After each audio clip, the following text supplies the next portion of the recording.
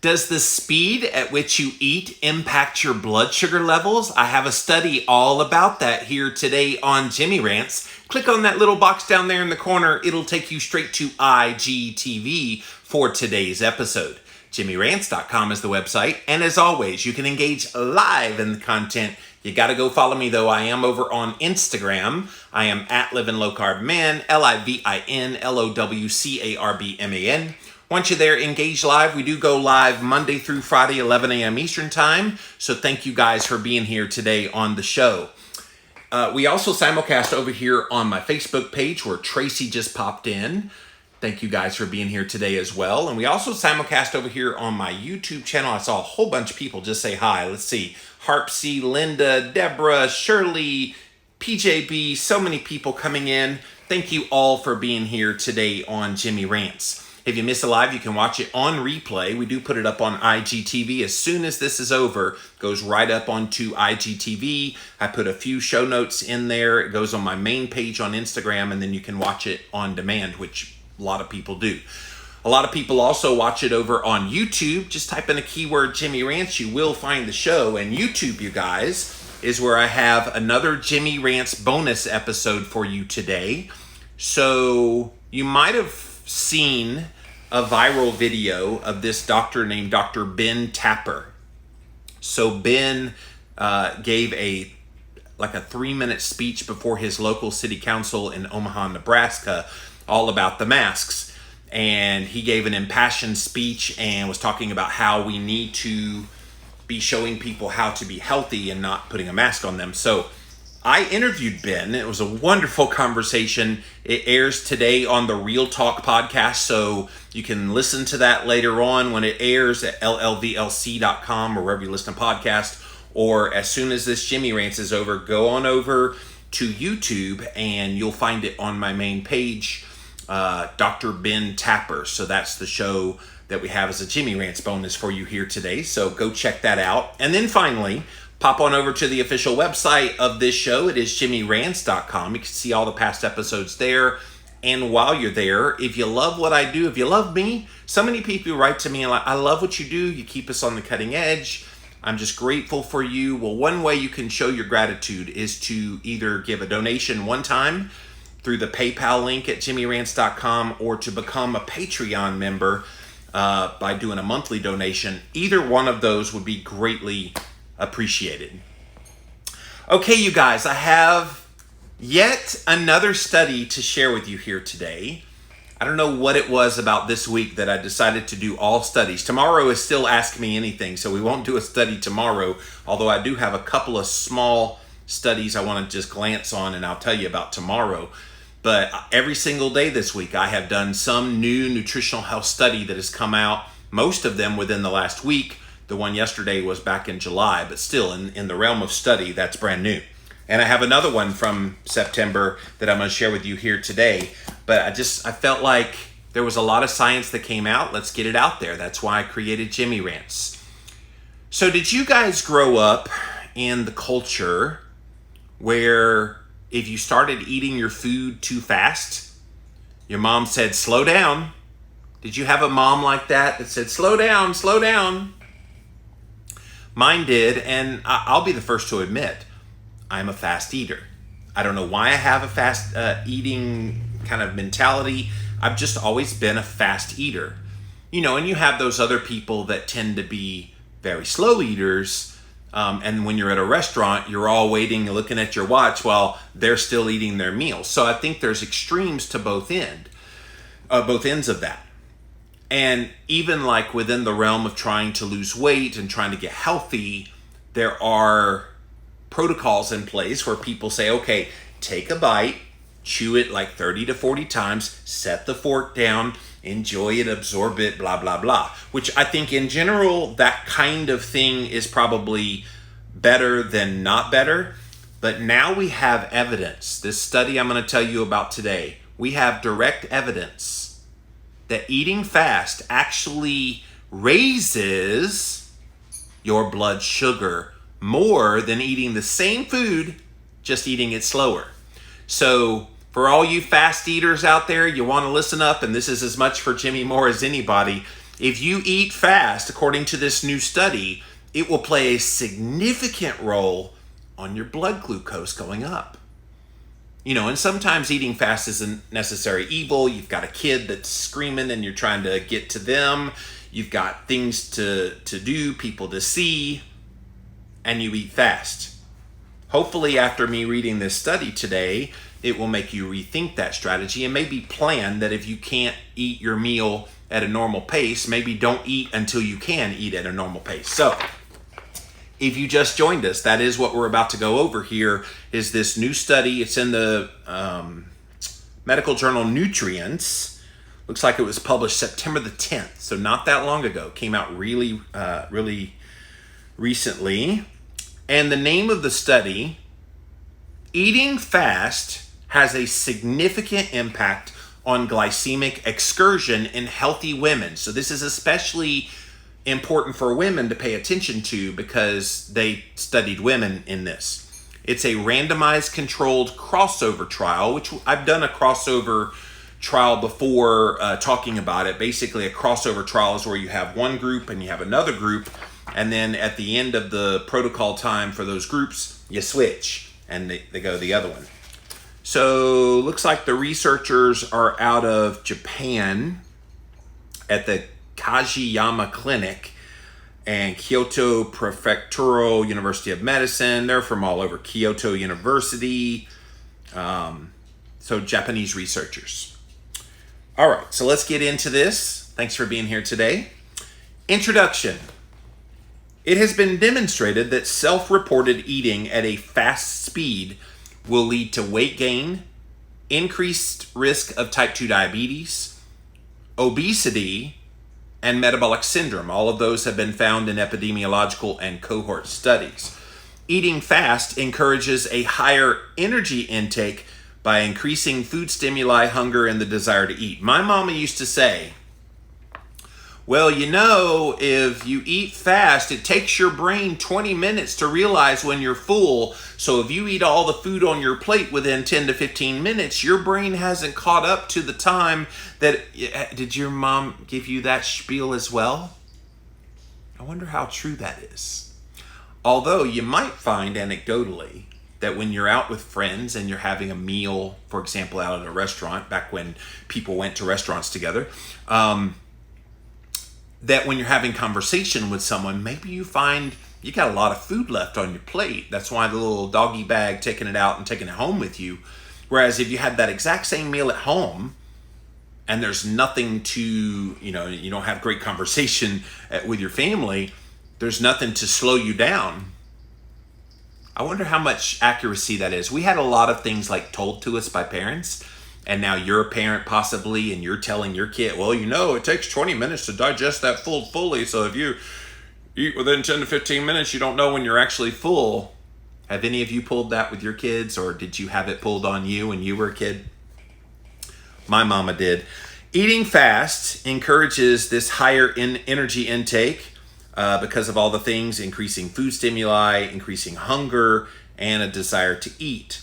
However, in epidemiological and retrospective reports, eating speed was entirely assessed by self-reported questionnaire. In other words, they relied on the study participants to tell them, did you eat fast? Did you eat moderate? Did you eat slow? You ask a fast eater, do you eat fast, moderate, or slow? They might say moderate, or they might even say slow, because what does slow mean? To a fast eater, slow could be, but is that slow or is that fast?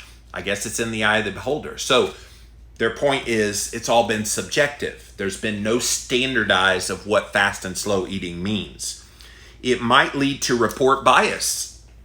And remember, in these studies, participants often tell the researchers what they want to hear, not what actually happens. And eating speed may lack any kind of objectivity. It has to, leaving the effect of eating speed on glycemic response unclear. So if they're trying to see what impact is the speed by which you eat food having on your blood sugar, you can't really do it with a self-reported questionnaire, which is why doing it in a clinical setting under a randomized controlled trial is the only way to really measure this quantitatively. Additionally, an interventional study of the effect of eating speed on glycemic response has not been investigated. This has never been done before. Therefore, the rate of eating speed should be evaluated objectively, not subjectively, by an interventional randomized controlled study, which is what they did in this study that we're reading from. And again, if you just joined us, I am reading from a study published in the journal Nutrients. September 10th, 2020 is when it came out. Eating fast has a significant impact on glycemic excursion in healthy women. It's a randomized controlled crossover trial, and we're getting into the nitty-gritty. We're reading the introduction, getting into the nitty-gritty next. So the aim of this study was to evaluate the acute effect of different eating speeds on glycemic parameters. So they want to see in real time, what is that speed of eating doing to your blood sugar levels? So they tested young, healthy women using a CGM. So the Freestyle Libre is what they had. So that's that little device that goes in the back of the arm. Some people put it on their stomach, most people on the back of their arm. And on a whim, you can see what's happening to your blood sugar. That's how they tested blood glucose. It's a new technology among continuous glucose monitoring systems. Does not require regular capillary glucose, finger prick. I've told you about CGMs. You know all about them. The sensor inside of this, it's actually called a flash glucose monitor. Stores the interstitial fluid glucose levels for every 15 minutes for 14 days, and then reported to be quite accurate and effective. So they're telling you, okay, we're going to do this as a study. We're going to have these people in-house. We're going to observe how fast they eat. We're going to see in real time how their blood glucose is going to go. We need some good technology. And so the Freestyle Libre Pro is what they used for this study. All right, so let's get into the materials and the methods for this study. Who are the participants? University students were recruited from Kyoto Women's University in Japan after being informed of the study requirements. 21 participants were enrolled in the study, and 2 participants were excluded because of the discontinuation of the study protocol of eating speed. So they didn't do it, is what they're saying. So the study was conducted from December of 2019 through February of 2020. The volunteers had no known history of any metabolic disease. In other words, these should be pretty insulin sensitive people. And of course, what we're going to find out in this study is of insulin sensitive women, relatively young women. So whatever effects we see from the speed of eating in these insulin sensitive young women, think about it on an nth degree scale for people that are older and more insulin resistant. So what they find in this study is going to have an application of an amplified degree for those of us who have metabolic disease. None of the volunteers were pregnant. None of them were smokers. None had an eating disorder. None desired any weight loss or needed any weight loss. None followed any special diets over the past 6 months before the study. And they refrained from taking medications and supplements that would affect their metabolism. So if they took something that would affect their blood sugar, like metformin, that's a drug, or like berberine, which would be a supplement that would impact the blood sugar, they had them come off of all that stuff. The purpose, design, and risks of the study were explained to each of the participants, and written informed consent was obtained prior to the study. So let's get into the study design. This is always key, guys. When they do a study, you want to know, okay, is it a good design? Is it actually going to show what their theory is trying to test? So let's take a look. The study was designed as a randomized controlled 2-treatment crossover within participant clinical study to avoid the characteristic differences of 2 groups in different eating speed. The study protocol involved human subjects, was approved by the Ethics Committee of Kyoto Women's University, according to the guidelines laid out by the Declaration of Helsinki, registered in Clinical Trials Registry, just like all the things that happen here in America. All of the participants consumed exactly the same test meal for 2 days, which were consumed at 2 different eating speeds during the 6-day study period. Can you imagine if you're naturally a slower eater and they say, okay, go, and they like start a stopwatch and say, okay, you have this amount of time to get all that food consumed? Or the opposite. Let's say you're a fast eater and then they say, okay, you have 8 minutes to get that meal in, go, and you're like, like you don't want to get down to the last bite and you got 3 minutes left. So they truly had to like time them, and even probably had coaches there going, okay, you're eating too fast, slow down, and then the inverse on the fast one. All right, you have to eat all this food in 3 minutes, go. Whoa, and so eating, and then, okay, you got to pick up the pace because I need you to be done with that last bite by the time we get to the end of the stopwatch.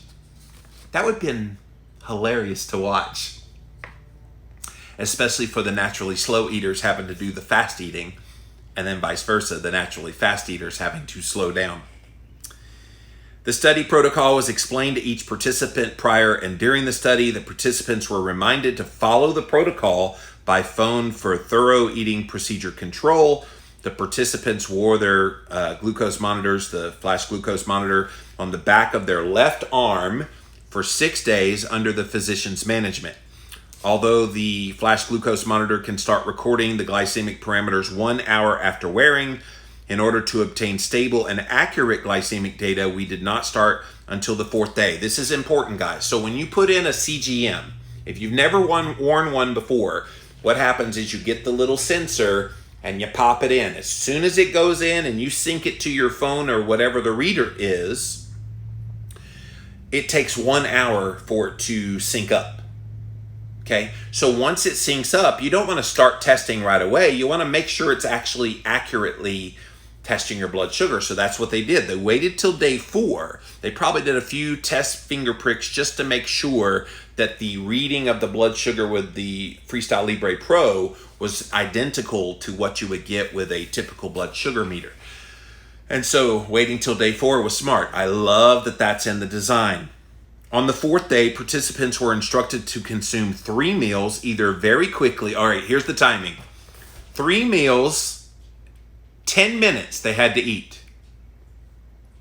Or very slowly, 3 meals, 20 minutes they had to eat. On the 5th day, they were instructed to consume each meal at the opposite speed. So on the 4th day, they did fast.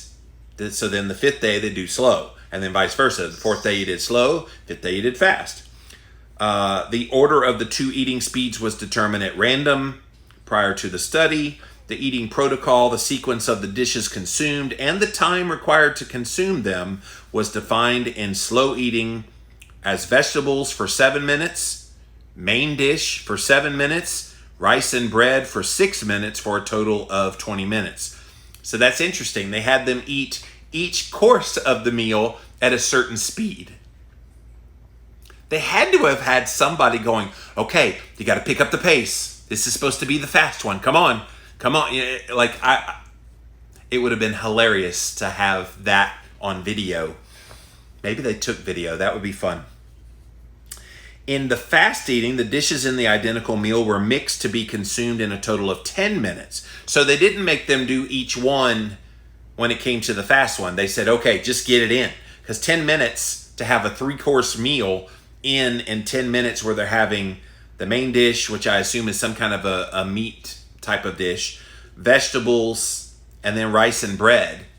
We know how eating some of those things might start expanding in the body, and so that would just be hilarious. But they mixed it all together with the fast eaters. They had to get it all in 10 minutes. On the 6th day, they removed the flash glucose monitors. The data recorded in it was extracted, and daily glycemic parameters were compared within participants between 2 days of consuming identical meals at different eating speed. So it's just fascinating how they designed this study. So they had a nice little chart that shows the design and how they basically did the protocol. Wearing the flash meter, they ate on the second and third day, remember before the testing period, 7 a.m., 12, and then 6 p.m. Then on the testing days, the fourth day, 7, 12, 6, whether you were the fast or the slow group. And then the fifth day, same thing, 7, 12, 6. And then they had breakfast the sixth day, and then they removed the flash meter before noon. So that's the protocol. All right, so let's take a look at the test meals. What did they do? Now, this wasn't a keto study, so don't freak out with some of the foods that they ate. But the things that they found out about this was pretty fascinating. All right, so you see the composition and macronutrient content of the test meal. It's a frozen box of fried fish and vegetable at lunch. It's a gluten meat steak. What the heck is a gluten meat steak? Is it one of those like processed meats that they then added gluten to? Like, give them steak. Like, I suppose if they're trying to test blood sugar, adding gluten to the meat would actually be beneficial, so they could see if there was a spike, because you want to see a little bit of a spike. If you ate foods that didn't spike glucose, it would be a very boring study. So those of us that eat keto and carnivore, this study may not have applicability, total applicability, but for those who eat carbohydrates, it would.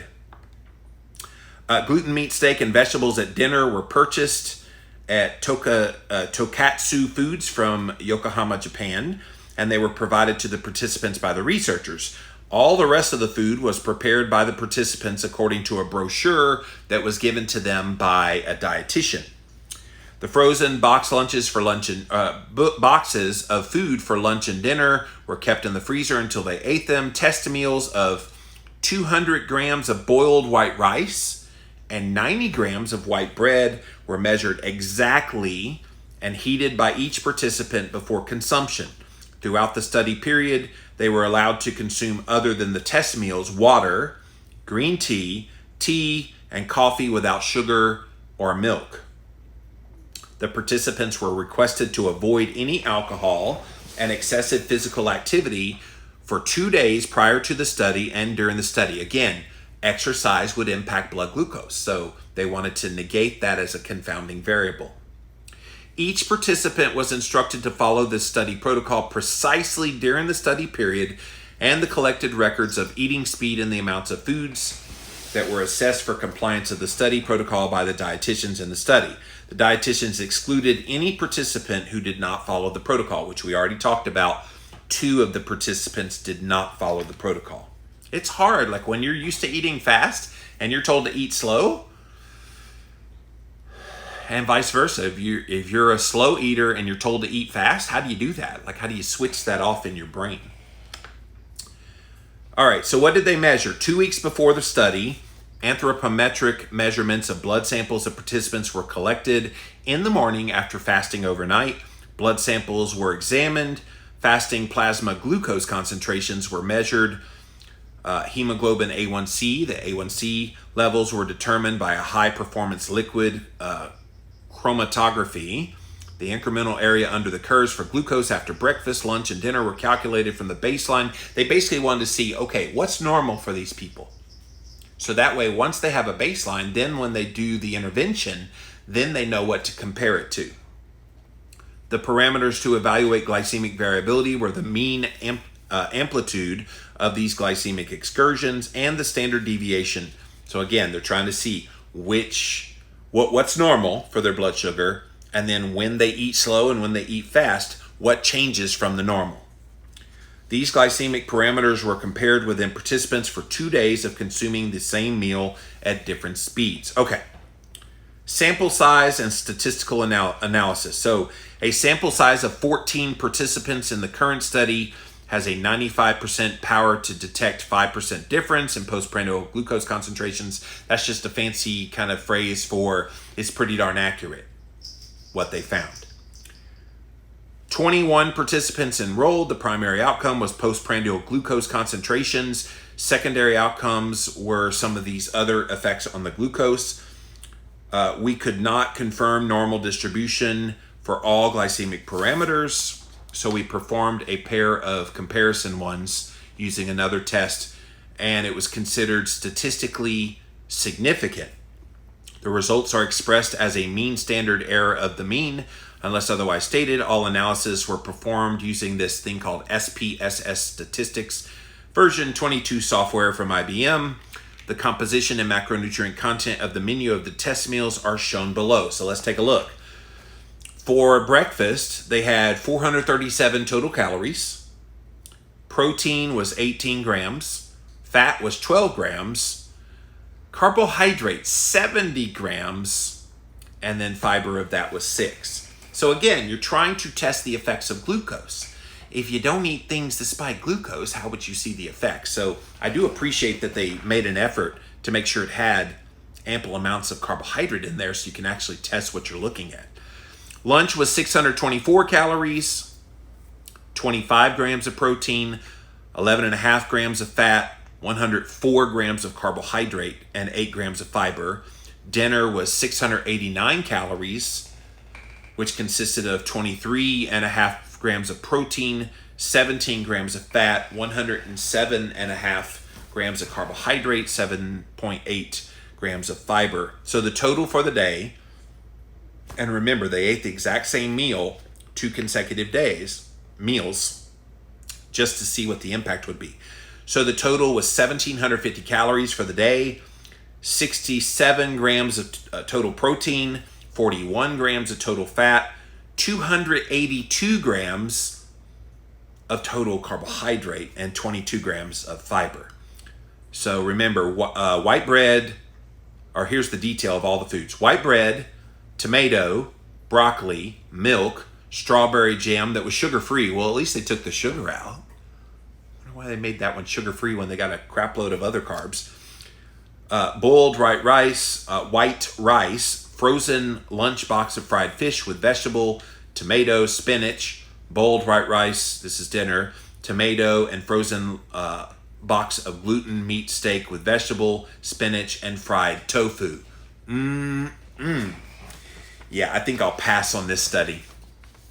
All right, so what were the results of all this delectable food where they were testing the blood glucose? The results were based on 19 women, their average age 21 years old. So they were very young women, BMI of 20.5, which again, very healthy BMI. Let's see. The postprandial glucose profiles for 2 eating speeds are demonstrated in figure 2 below, which we'll get to in a second. So what they looked at was the glucose 2 hours after dinner for the fast eating, which was 10 minutes. And what they found, all were significantly higher compared to those with the slow eating, which was 20 minutes, although the mean plasma glucose concentration showed no difference between the 2 days of fasting and slow eating. So overall, no difference. But in the right after it happened, after the meal, they saw this huge jump with those who ate the faster meal. So let's take a look at that data a little bit closer. All right, so after breakfast, the fast eaters saw their glucose go up to 2.3, which again, they're doing millimoles. So I'm going to try to do this in my head off the top of my head. I should have done the translation before I got on here. Let's just put it this way. 2.3 is probably about a 50 to 60 point spike. And then the slow eaters saw a 1.7, which is probably a 25 to 30 point spike. If those numbers are wrong, I'm sorry, but I think the relative change and the relative difference is what's most important here. After the lunch meal, fast eaters saw their blood glucose go up by 4.06. The slow eaters saw their blood glucose only go up by 3.13. Again, this isn't in American terms. This is in the international terms where they use millimoles. That's pretty significant there. And then the last one was the dinner. Fast eaters went up 3.87 in their blood glucose, and slow eaters 2.27. Okay, so they translated it here at the 2-hour postprandial. They translated it into numbers you would understand. Postprandial glucose, 2 hours postprandial, which remember, By 2 hours postprandial, you should be back to baseline. So when you're testing blood sugar, you test at baseline, right? And then you test at increments. Some people like to do like 30-minute increments. If you do 1 hour postprandial, that tends to be the height of your spike in your blood glucose. And then if you test at 2 hour postprandial, it should be back to the baseline again. So if you start at 85, 1 hour postprandial is 115, and then 2 hour postprandial, you're back to like 86, 7. That's normal. That means you handled it well. And remember, all the young ladies in this study, highly insulin sensitive, they don't have any metabolic disease. They ate a crap load of carbohydrate, but they should be able to handle it as insulin sensitive young women. So let's take a look at what happened. 2 hour postprandial. Glucose for breakfast started at 111 and went up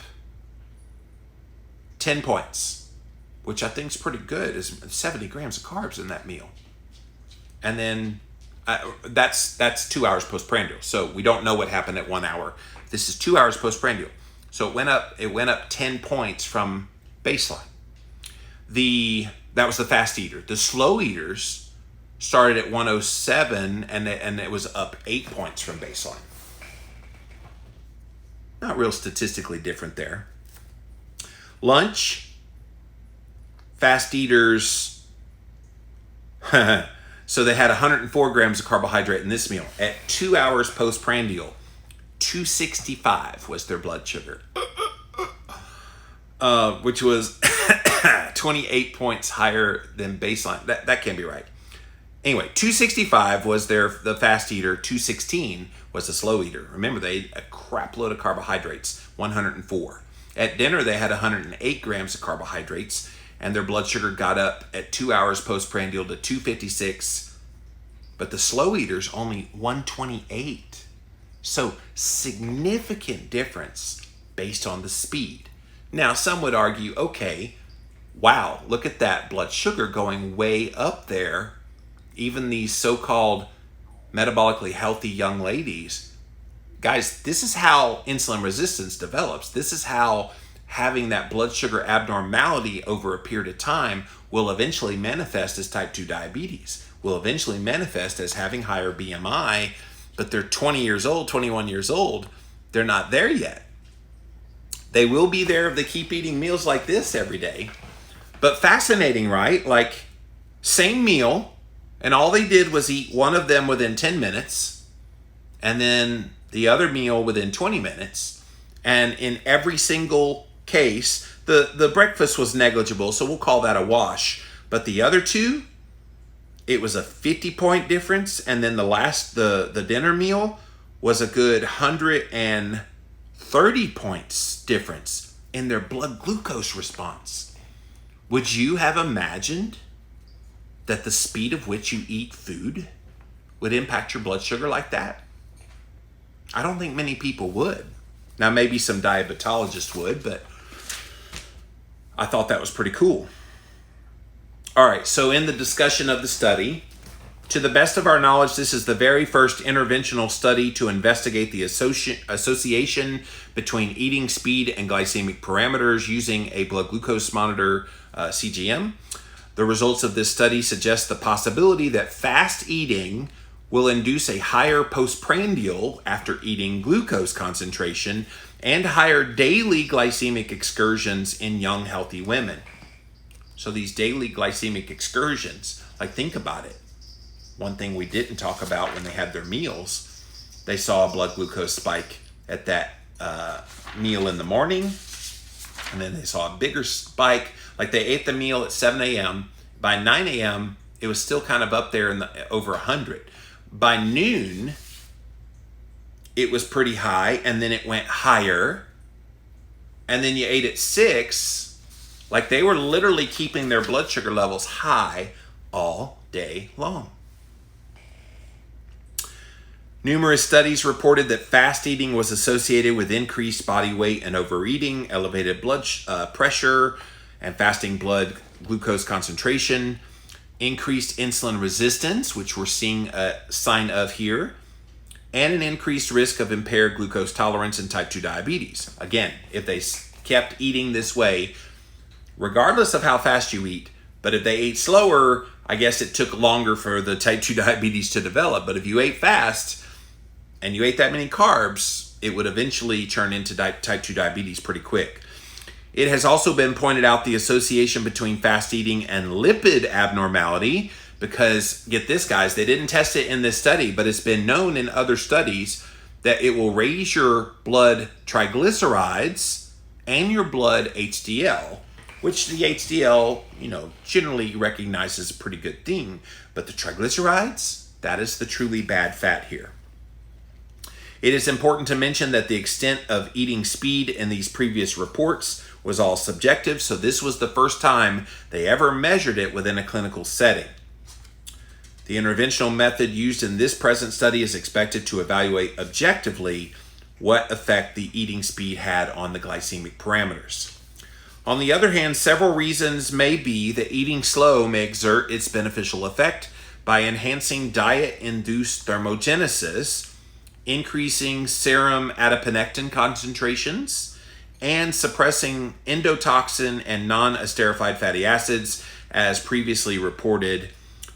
It has been reported interleukin 1 beta and interleukin 6, which are both involved in insulin resistance development, are decreased in those people who eat slower, indicating that there must be a link between eating speed and glycemic parameters that we observed in our study. Moreover, eating slowly may influence gastrointestinal satiety hormones, things like ghrelin and PYY, peptide tyrosine, which control appetite and influence how much food you eat, suggesting that modifiable eating pattern behaviors actually regulate your hormones as they respond to food. So imagine that. Mom was right when she said, slow down. And it wasn't about anything more than your body's going to respond better if you slow down. I think behavioralists, psychologists that try to get people to slow down their eating patterns, this is important information here, because now we have quantifiable reasons why you want to slow down. And maybe you're one of those keto carnivore people that tends to eat fast.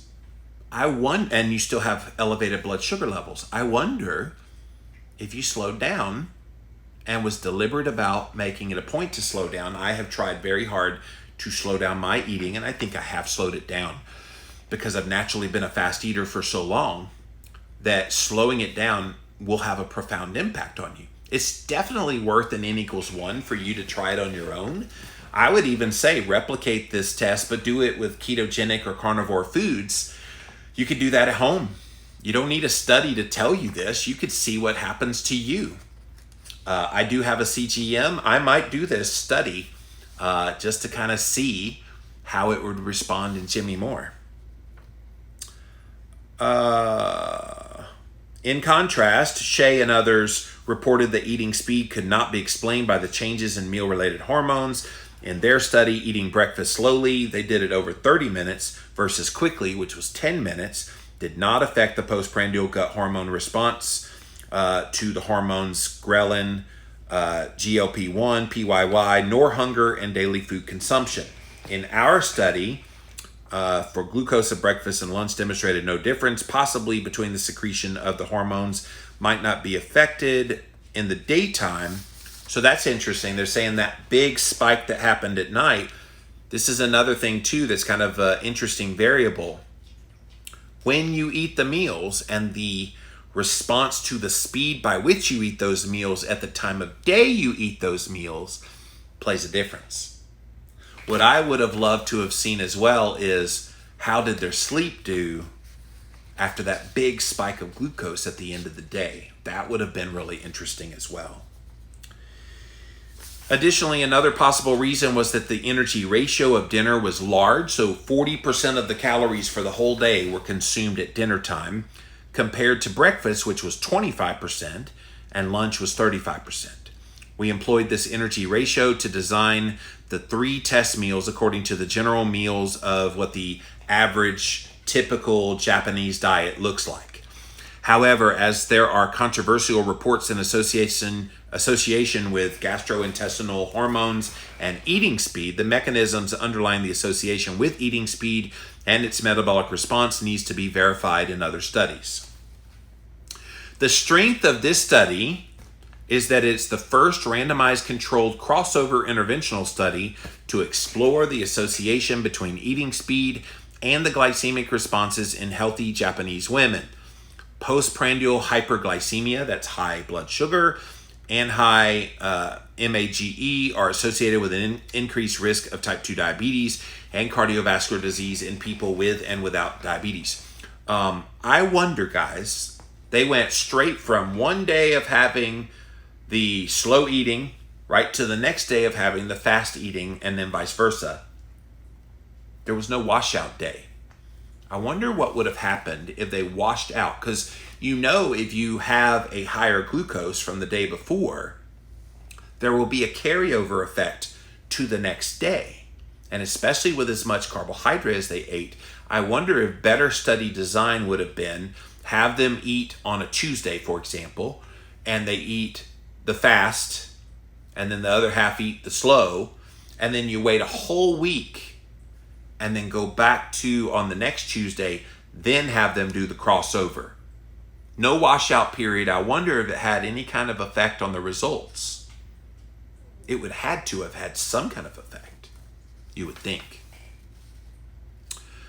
It is reported that the large blood glucose fluctuation not only increases tumor necrosis factor alpha, interleukin 6, and platelet aggregability, but also decreases endothelium-dependent vasodilation even before the onset of diabetes. In other words, all of these things start to diminish and get worse long before you get diabetes. Therefore, decreasing postprandial glucose may reduce the risk of developing impaired glucose tolerance, type 2 diabetes, and cardiovascular disease in people who don't even have diabetes. Some limitations to the study. Listen to this. This is always good.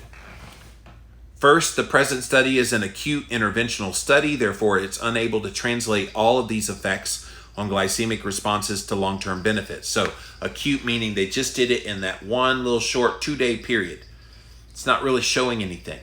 Could they do a vacillating back and forth between slow and fast, slow and fast, slow and fast for like a period of 2 weeks? Now, that would be interesting.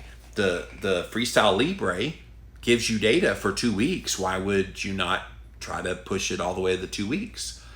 That would be interesting. They also used all young women. What if they did a cross-section of the population?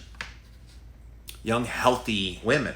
If they did a cross-section of the population of young, middle-aged, older, young who have metabolic syndrome, older who aren't sick, like it would be interesting if they did like a mix of people.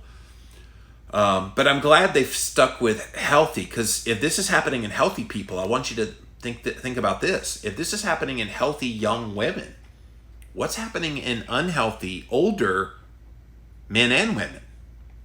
That's the thing to ask yourself. So they did acknowledge that the participants consisted only of young, healthy Japanese women who experience a diet and lifestyle specific to Japan. Therefore, we would be cautious to applying the results to individuals of other genders, race, genetics, lifestyle, and people who have diabetes. Third, because how the metabolism is regulated by eating speed is not really fully understood yet, the role of insulin, incretin hormones, cytokines, and endogenous glucose production on significance of eating speed really isn't clear yet. What they have done with this study, you guys, is created a hypothesis. And I really hope an American researcher especially takes this and applies the American diet to this study, because I think they would get far more profoundly statistical results. The Japanese diet is relatively healthy for them because that's culturally how they eat. But for Americans on a standard American diet, I think you would see far greater disparity in the blood glucose between eating fast and eating slow. Fourth, the eating protocol between fast eating and slow eating in this study was not exactly the same, leaving the possibility that the difference in the eating protocol contributed to the results we got. And the fifth limitation, psychological conditions such as satiety may have influenced the glycemic response, but we did not measure the extent of satiety between the days of fast and slow eating. One other thing they didn't do is, were any of them under stress? Because when you're stressed, you will have a blood glucose response. I think they need to self-report if they had any kind of stress in the midst of the study time period. It would impact that blood sugar. It has been reported that eating fast tended to increase the amount of food intake because it suppressed satiety. So there's another reason to slow down. Make sure that you're chewing your food good enough and eating slow enough, because when you eat fast, you can't feel that satiety signal kicking in. Just like Mama said, Mama was right all along.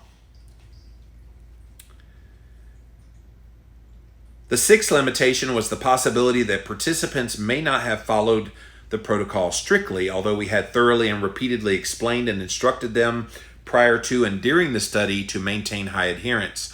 Therefore, further study will need to explore the comparisons when the meal sequence of vegetable, main dish, and rice and bread are followed.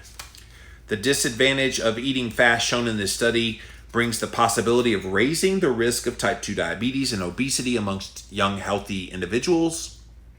Eating slowly is potentially advantageous to public health because the modification of eating speed could be cost-effective to help you lose weight and control your blood sugar. Dietary education on the benefit of eating slow could be a simple way to reduce excessive food intake, since eating fast leads to higher energy take and lower satiety. It's a great idea that if it's not already on your radar screen, it's a great idea to become conscious of the speed by which you eat your food.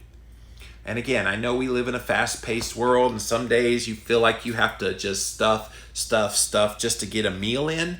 But if you feel like you have to eat that way in order to get food in, you just need to not eat until you can make time. If it means you block out time in your schedule, you got to block out time in your schedule. It's that important.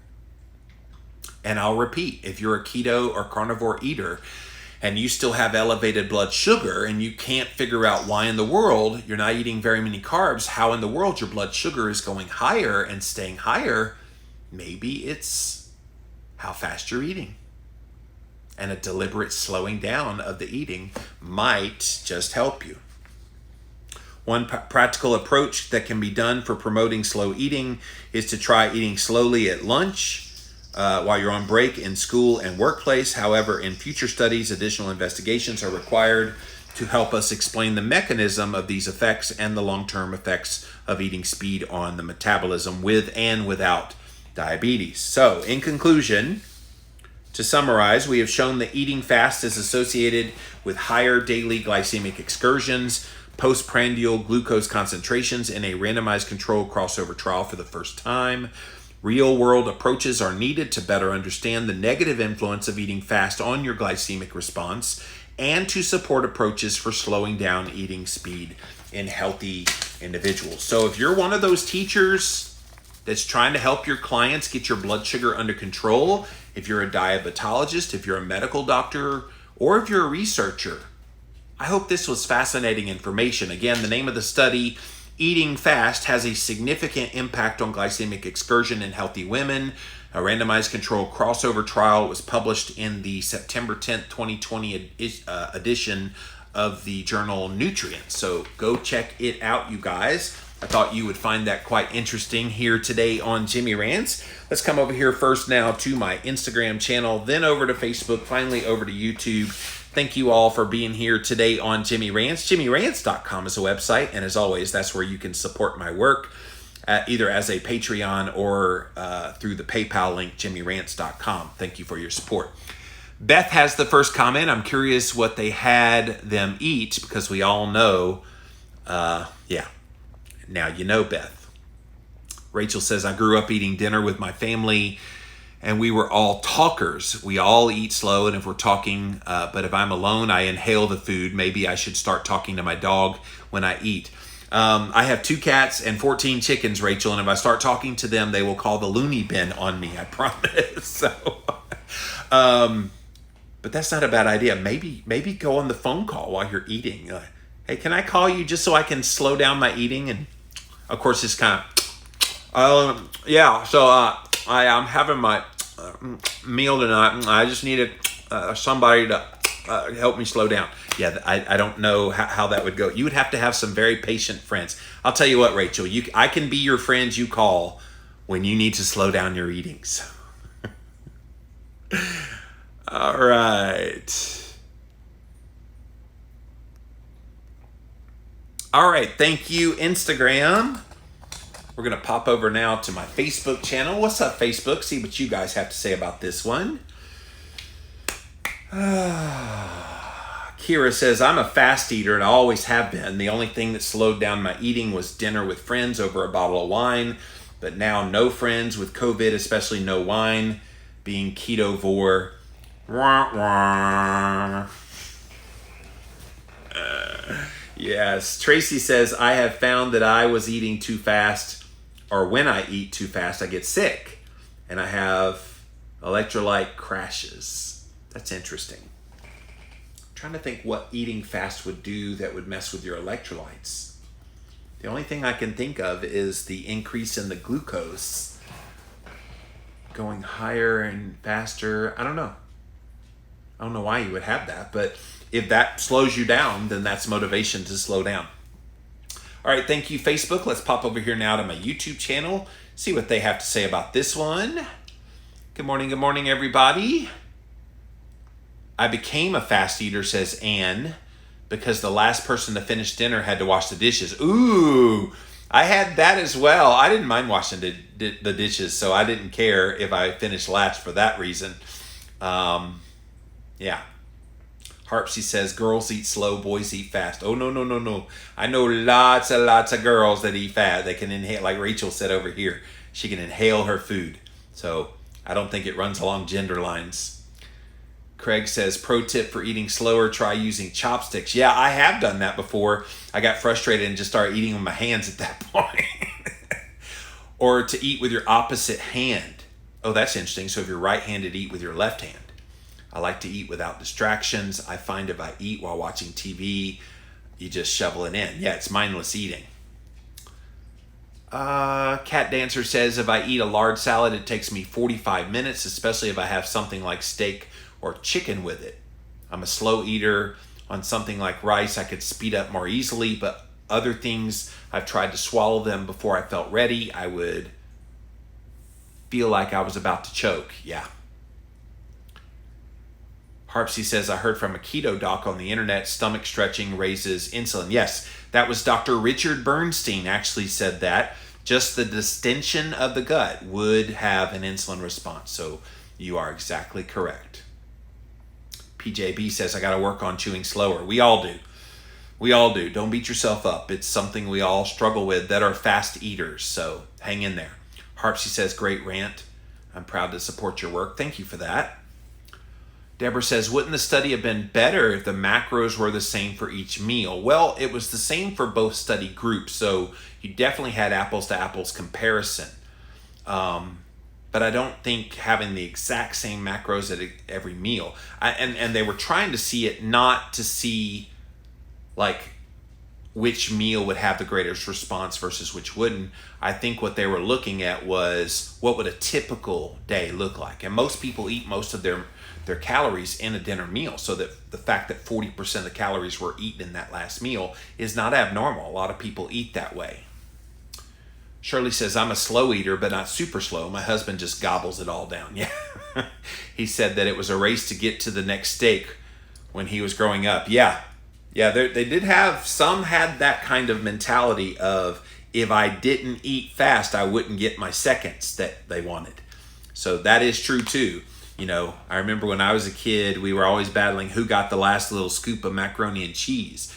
And that was my thing when we were growing up. And so if you ate faster, you got 2 seconds faster, and then you could leave your siblings in the dust with the food that's no longer there.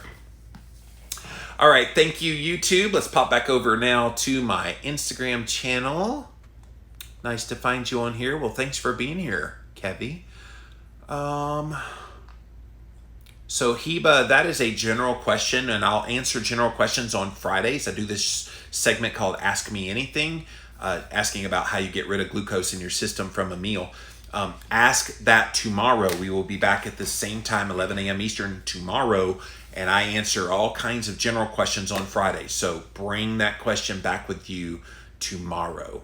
Deborah says, what do you think about the new Jenny Craig? That's another one. Ask me tomorrow about the new Jenny Craig. They now offer a low carb and intermittent fasting protocol. Don't rant and yell. Be nice to me.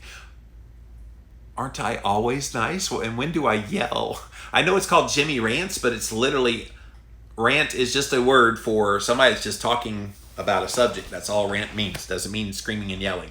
So bring that one back tomorrow as well. Great questions for Ask Me Anything. So come back tomorrow. I'm also going to post on my stories where you can put it in the little box, and then I'll read it on the air if you put it there. So thank you for those questions, and we will address those tomorrow. But guys, study says eating fast can play a significant role in your blood glucose, and it's interesting.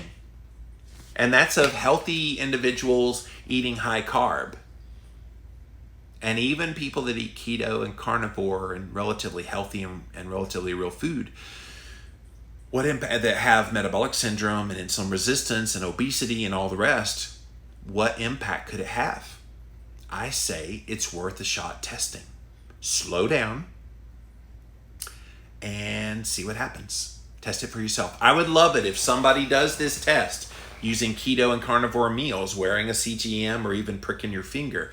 I would love to see what results did you get when you slowed down to, say, 20 to 30 minutes to eat a meal versus trying to get it in really fast in 10 minutes. Do both of those tests on back-to-back days. It would be very fascinating to see what results you get. That's it for this episode of Jimmy Rants. JimmyRants.com is the website. And as always, you can engage live in the content. Go follow me right here. I'm on Instagram at Living Low Carb Man, LIVIN LOWCARBMAN. We are here Monday through Friday, 11 a.m. Eastern Time. So thank you all for being here today. We simulcast over on my Facebook channel as well as YouTube. Thank you all for being here today on Jimmy Rants. If you missed the live, you can watch it on replay over here on Instagram on IGTV. We also put the replay up over on YouTube. Type in a keyword Jimmy Rants, you will find the show. Don't forget, today we have a Jimmy Rants bonus episode for you. Dr. Ben Tapper got a level of fame lately when a video of him speaking before the Omaha, Nebraska City Council went viral on the internet.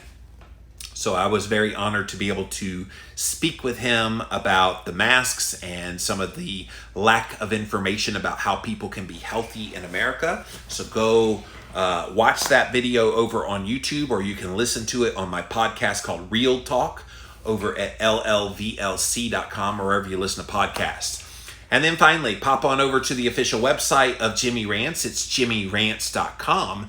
And once you're there, you see all the past episodes. But most importantly, you can show your support for my work. There's a Patreon link where you can make a monthly donation, or you can do a one-time donation through the PayPal link. Again, all those links, you guys, are at jimmyrants.com. All right, guys, tomorrow, 11 a.m. Eastern, it is Ask Me Anything. So get your questions ready. I will put a little box up on my stories on Instagram. If you want to type in your question into there, I will read it live on the air tomorrow. And then, of course, you can come here live. I love it when you come live. I like my replay people, but you guys that come live, you're the reason, you're the thing that gets me up every day to keep coming back every single day to do this show. So thank you for being here, and we will see you tomorrow. Bye.